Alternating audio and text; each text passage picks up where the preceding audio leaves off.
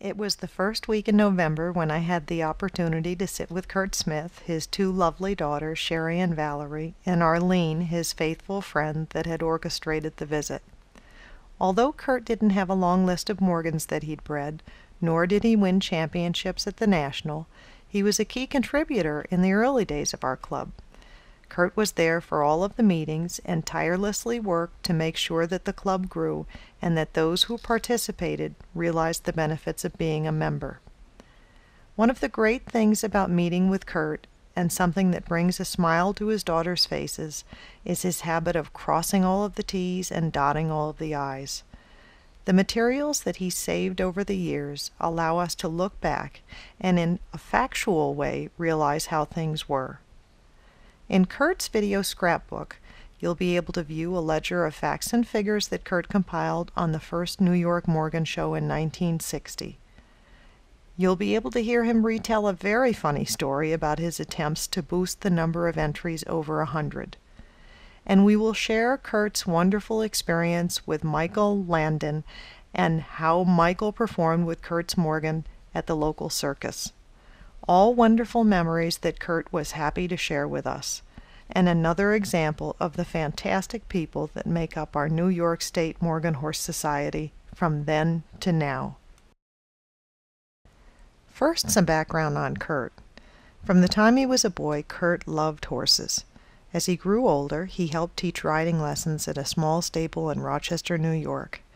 After being around a number of different breeds and settling on a farm in Penfield, New York with 16 acres, Curt bought his first two Morgans, Pandy's Juanita, a chestnut mare who was foaled in 1954, and Bellomine, a chestnut mare foaled in 1955. Juanita went on to have two foals for Curt, a mare, Juanita's Pride, and a gelding, Country Boy. When with Curt, Bellomine had four foals, Easter Parader, Penfield Squire, Penfield Lady, and Penfield Leader. Juanita's Pride went on to have one foal for Curt, Penfield Marshall, a gelding by Lippitt Field Marshall. Along with breeding and showing his Morgans, Curt was an active member of the New York State Morgan Horse Society and held the following offices. He was the club treasurer in 1960, 61, and 62, and he was a Western District Director in 1963, 64, 65, and 66. When you ask most of our long-standing members about our first New York Morgan show, they're able to tell you about their horse or a particular class, but Curt was the club treasurer at the time. As is the case with any good treasurer, he had his facts straight. So here are some valuable insights into our very first show as recorded by Curt Smith. Length of show, 2 days. Number of entries, 96. Location, Syracuse, New York, the State Fair Coliseum. Stall fees were $5. Entry fees for performance classes were $3 and $5. For classes with a $5 entry fee, payout was $20, $15, $10, $5, $5, and 6 ribbons. Entry fees for stake classes were $10, and for classes with $10 entry fees, prize money was $30, $25, $15, $10, $10, and 8 ribbons. The club was also fortunate in that other people and groups wanted a Morgan horse show at the state fairgrounds. Curt recalls that the officials at the fairgrounds gave us some concessions on the use of the barn and the grounds.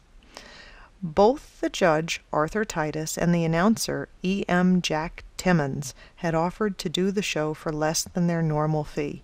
Curt was extremely happy to present them checks for their full normal charges at the close of the show. Mr. Gordon Voorhis of Red Hook, New York, gave Curt a check for $500 and told him that any amount over and above his entry and stall fees could be used in any way the club wished towards the cost of the show. Again, as a result of the successful show, Curt was able to forward a check to Mr. Voorhis, repaying him for the thoughtful gift portion of his $500.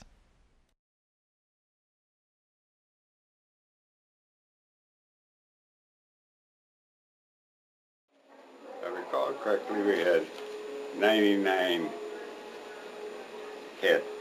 Yep.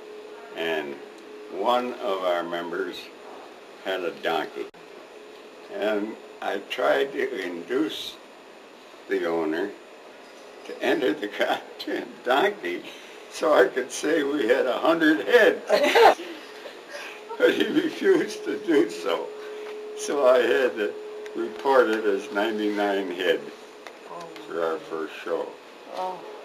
And that was pretty good. It was excellent.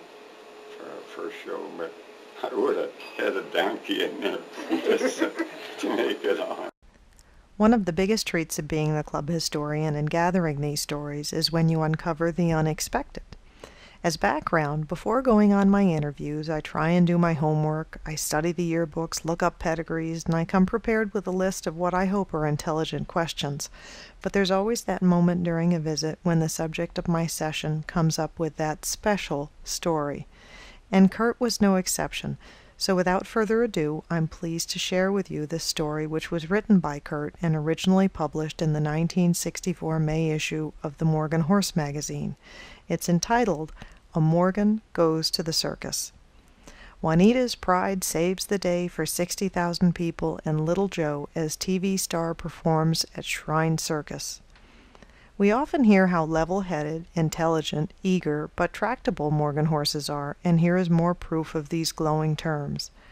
The Shrine Circus, an annual event in Rochester, New York, was held February 5th through the 8th, 1964, at the War Memorial. This year, as their star attraction, the Shrine engaged none other than Michael Landon, better known as Little Joe Cartwright of the famed television series Bonanza. Little Joe made it known through his agent that he wanted a horse to ride in his act, and the Shrine officials proceeded to obtain one for him. The day of the opening performance arrived, the star performer was introduced with a lot of fanfare, and in rode Little Joe. The horse took one look at the screaming mob of approximately 9,000 people, the lights, heard the band playing, and refused to budge any further. Then he decided the only way he wanted to go was backward. At this point, Little Joe decided that it was best for him to dismount as gracefully as possible, which he did, and walked the rest of the way.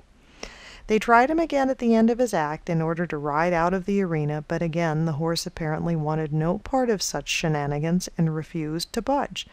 That was the end of the horse. The officials then offered to provide a new Chevrolet to drive him around the arena, but Little Joe refused, stating that he still wanted a horse. A call then went through to Curt Smith from Penfield, New York, a suburb of Rochester, who is a member of the New York State Morgan Horse Society and owns a few Morgans, to bring one of his horses up the next morning for a tryout. That day, his favorite 5-year-old mare, Juanita's Pride, his first foal raised and trained by him, had been out in the pasture running and rolling in the mud, and consequently her appearance was not the best. However, he agreed that he would have the horse there in the morning, and then immediately contacted Richard Thompson, the young man who assists him with the horses, to see if Rich could get the mare cleaned up in time. Young Rich, a true lover of Morgan horses, worked until 10 o'clock that night, washing, wiping, brushing, vacuuming, trimming, bedding, so that she was all shiny and bright and ready to go the next morning. The blacksmith, Lloyd Nolan, had to be contacted and agreed to meet Curt to put shoes on the mare. After she was shod, Curt took her up into the arena for a workout and had the maintenance men, who were cleaning up from the previous evening's performance, try all sorts of things to test the mare, such as dropping metal trash cans, shouting at her, sweeping in front of her. At noon, Michael Landon arrived, watched Pride go around a few times, and then asked Curt to let him try her. After a few circuits of the arena, he returned, and his first utterance was, "Why didn't you have this horse here yesterday?" Even though Curt still had some doubts about her behavior before a packed house of screaming people, both Little Joe and the blacksmith, who had taken care of Pride's feet since she was a foal, expressed confidence that she would take it in stride. A couple of hours later, following the usual noisy introduction and with Little Joe aboard, she entered the same arena, only this time before a full house of screaming and whistling people. Although Curt admitted that his heart missed a beat or two, Pride entered that arena in true Morgan fashion, completely animated, head and ears up and stepping high, wide, and handsome. The proof of whether little Joe liked her or not was quite evident by the fact that from the very first performance he went for a much longer ride than was originally planned. Little Joe's praise of the mare was considerable during the remainder of the week, with such statements as, "Boy, she sure has smooth gaits," "She's a real ham, seems to love to perform," "She would make a beautiful parade horse," "She seems full of fire, but the minute I hit the saddle I know I've got her under control." The crowd seemed to love her too, and after each performance would come down to the basement waiting to see little Joe's horse. During her 7 performances, it was estimated that Pride was shown before approximately 60,000 people. This was the first such experience for the young mare, and needless to say, New York State Morgan lovers are extremely proud of the way she performed her duty.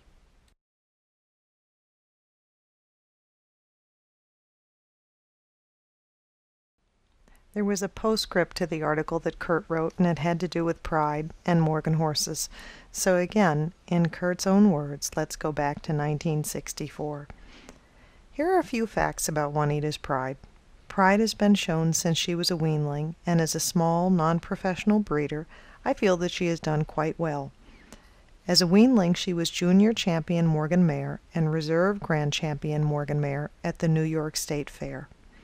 As a yearling, following a severe illness, she still managed to be pinned Reserve Junior Champion, also at the New York State Fair. As a 2-year-old, she was Junior Champion and Grand Champion Morgan Mare at the New York State Fair. Up until last year, 1963, she had never been out of the ribbons when shown in hand in classes anywhere. However, last year at one show she failed to be pinned. That was her first complete defeat in her 4 years of being shown in hand classes. Last year was her first full season of being shown in performance classes, and again I was quite satisfied with the results of that first season. She was shown in both English and Western pleasure classes and also pleasure driving. While she has yet to get her first blue ribbon, in performance she has received several seconds, thirds, fourths, and fifths. I learned something else about my mare that week. Our war memorial has absolutely no facility for keeping animals. It's merely an open basement with pillars. It was one reason why I had originally hesitated about taking Pride there. In this open basement there were 12 big elephants, a llama, a zebra, dogs, circus horses, bears, caged of course, monkeys, and ponies. All except for the bears were merely tethered to chains or ropes. While I was trying to figure out how to keep Pride down there, a Spaniard who had a horse act came over to me with these words: "I've been handling horses all my life, and when I'm looking for a horse to train for dressage or trick work, I look at one thing, his head. If he has a good, intelligent head, I can teach him anything. I've been observing your mare, and I think she has as nice a head as I've seen in a long time. That mare is intelligent, and I could teach her dressage, but for now, believe me, you tie her to that stair railing over in that corner, bed her down good with straw, and she'll stand there okay." He talked with such authority and conviction that I did just that, and Pride stood there tied to that stair railing for 2 nights and 3 days like any good old quarter horse. The real punchline came Saturday morning. When I arrived at the memorial, the Spaniard informed me that he had found my horse loose that morning. The rope had apparently come untied at some time during the night or early morning, and the mare had moved only a few feet away and was quietly standing there, surveying the basement. I, of course, died 1,000 deaths while he was telling me this, thinking of what could have happened, and again found myself thanking my lucky stars that I owned a level-headed, intelligent Morgan horse. The greatest pleasure I've experienced to date in showing Pride in performance classes is when I have entered her in open Western classes, and at some of these shows she's been the only registered Morgan on the grounds, and has gone in there and beaten out some very good quarter horses at their own trade. At one of the better open Western shows, she was pinned 4th in the Western pleasure class of 20 horses, mostly registered quarter horses and quarter-type grade horses. At the same show in the novice Western pleasure, she was pinned 2nd with 22 horses in the class. I admit my quarter horse friends wanted to run Pride and me off the grounds, but they didn't dare. I was even asked by some of the competing exhibitors if I was going to enter the show being held the following Sunday in the near vicinity, but unfortunately I was going to an English show instead, so I was never able to learn whether their question meant that they would or would not have shown against us. At these shows, my wife or daughters notice people turning away from ringside to give glances of definite approval as the mare is moving around the arena, and invariably one or more persons will come over to ask the mare's breeding. It is at times such as these that one realizes in full measure the pride of owning a Morgan horse, and because of this I actually enjoy exhibiting my Morgans more at these open shows than I do at the old Morgan shows.